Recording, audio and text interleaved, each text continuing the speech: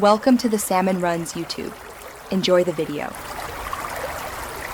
In this video, I will show how to make macarons from clay. First, let's gather our essential materials. You'll need polymer clay in your chosen colors for both the macaron shells and the filling. Make sure your work surface is clean and ready.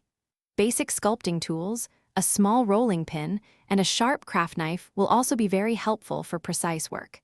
Having everything organized makes the crafting process much smoother. Now, let's create those perfect macaron shells.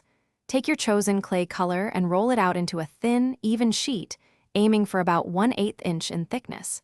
Use a circular cutter or a small template to cut out uniform discs. Consistency is key here for a professional look.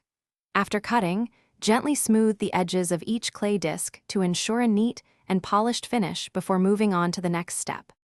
Next, we'll prepare the delicious-looking filling for our clay macarons.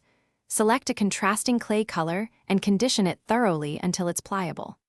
Roll this clay into a small log, approximately 1/4 inch in diameter. This will form the base of your filling. Then, gently flatten the log slightly to create a more realistic and appealing filling shape that will fit perfectly between your macaron shells. Finally, it's time to assemble and add those finishing touches. Carefully place your prepared clay filling between two of your macaron shells, pressing them gently together.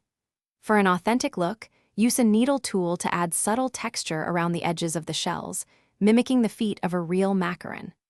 Once assembled, bake your finished clay macarons according to the specific directions on your polymer clay package for best results. Thanks for watching. Consider subscribing if we helped you.